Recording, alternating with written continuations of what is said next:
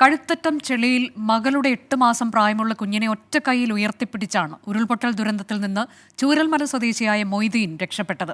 മകളെയും മകളുടെ കുഞ്ഞിനെയും ചേർത്ത് പിടിച്ചുള്ള അത്ഭുതകരമായ രക്ഷപ്പെടലായിരുന്നു അത്. മേപ്പാടി ദുരിതാശ്വാസ ക്യാമ്പിൽ നിന്ന് സജോ ദേവസ്യ തയ്യാറാക്കിയ റിപ്പോർട്ടിലേക്ക്. ഞാനിപ്പോൾ വയനാട് മേപ്പാടി ദുരിതാശ്വാസ ക്യാമ്പിലാണുള്ളത്. എന്നോടൊപ്പം ചൂരൽമല സ്വദേശിയായ മൊയ്തുക്കയുണ്ട്. മൊയ്തുക്കയുടെയും കുടുംബത്തിൻ്റെയും അവിടെ നിന്നുള്ള ഈ ദുരന്തത്തിൽ നിന്നുള്ള രക്ഷപ്പെടൽ എന്നത് അത്ഭുതകരമായിരുന്നു, അതിസാഹസികമായിരുന്നു. ഇതിൽ പരിക്കേറ്റൊരു മനുഷ്യൻ കൂടിയാണ്. 8 മാസം പ്രായമുള്ള ഒരു കുരുന്നിനെ കൂടി സാഹസികമായി അത്ഭുതകരമായി രക്ഷപ്പെടുത്തിയാണ് മൊയ്തുക്ക അവിടെ നിന്ന് ജീവിതം തിരികെ പിടിച്ചത്. ഒരുപാട് മനുഷ്യരുടെ മരണത്തിൻ്റെ വേദന നമ്മൾ പറയുമ്പോഴും ഇത്തരം ചില അത്ഭുതകരമായ രക്ഷപ്പെടൽ കൂടിയുണ്ട്. ഇതൊക്കെ അന്ന് ചൂരൽമലയിലായിരുന്നു വീടല്ലേ? വീട്ടിൽ ഇങ്ങനെ ഉരുൾപൊട്ടി വരുമ്പോൾ വീട്ടിൽ മൊയ്തുക്കയും മകളും 8 മാസം പ്രായമുള്ള കുട്ടിയും മാത്രമേ ഭാര്യയും പിന്നെ മറ്റേ കുട്ടിയൊക്കെ മെഡിക്കൽ കോളേജ് ഹോസ്പിറ്റലിൽ ഓപ്പറേഷൻ ചെയ്ത് കിടക്കാൻ. അപ്പം ഞാനും ഇവള് മാത്രമല്ലേ, പിന്നെ 3 പേരെ വീട്ടിലുള്ളൂ. അവരെ ഭർത്താവൊക്കെ അവിടെ കോളേജിലായിരുന്നു. അപ്പോൾ അങ്ങനെയാണ് ഇത് 2 മണിക്ക് ശേഷം നല്ല ഫസ്റ്റ് വർക്കിലാണ് ഇത് സംഭവിക്കുന്നത്. അതിലൊരു സൗണ്ട് ഇങ്ങനെ കേൾക്കുമ്പോൾ ഞെട്ടി വന്നപ്പോൾ പിന്നെ കട്ടിലിൻ്റെ അടി ഫുള്ളായിട്ടും വെള്ളം ചെളിയാണ്.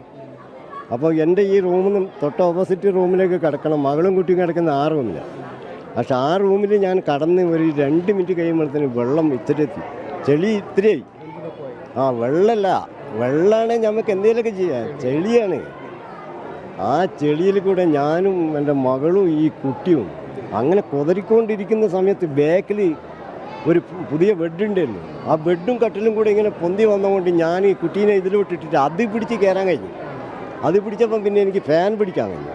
ഫാൻ പിടിച്ചപ്പോൾ ആ സൈഡിൽ തന്നെ വാതിൽ, അത് പിന്നെ വീണ്ടും ചളിയിലേക്ക് ഇറങ്ങിയിട്ടാണ് ഈ കുട്ടീനെയും കൊണ്ട് അവിടുന്ന് ഡൈനിങ് ഹാളിലേക്ക് കിടക്കുന്നത്. ഡൈനിങ് ഹാളിൽ കിടന്ന് സിറ്റ് ഔട്ട് കിടന്നിട്ട് വേണം പുറത്ത് ചാടാൻ.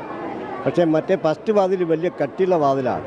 ആ വാതിലൊന്നും അവിടെ കാണാനില്ല, ചെറിയ ബ്ലോക്കാണ്. അതിൽ കൂടെ ചാടി മകളും എൻ്റെ അവിടുന്ന് വീട്ടിൽ നിന്ന് ഇറങ്ങുമ്പോൾ റൈറ്റ് സൈഡിൽ നമുക്ക് പോകാനുള്ളൂ. ലെഫ്റ്റ് സൈഡിൽ പോയാൽ പുഴയാണ്, വീടിൻ്റെ ബാക്കും പുഴയാണ്. അപ്പോൾ ഈ ഉരുൾപൊട്ടി ഇത് വരുന്ന ആ വഴിക്ക് തന്നെ പോകണം. പക്ഷേ ഈ ഉരുൾപൊട്ടി വരുത്തി ഇതിൽ വരണമെന്നുള്ള ആരും പ്രതീക്ഷിക്കാത്തൊരു സ്ഥലത്തൂടെ ഇത് വരും. ഇത് ഏതോ ഒരു കല്ലിലോ എന്തിലോ കുടുങ്ങിയിട്ട്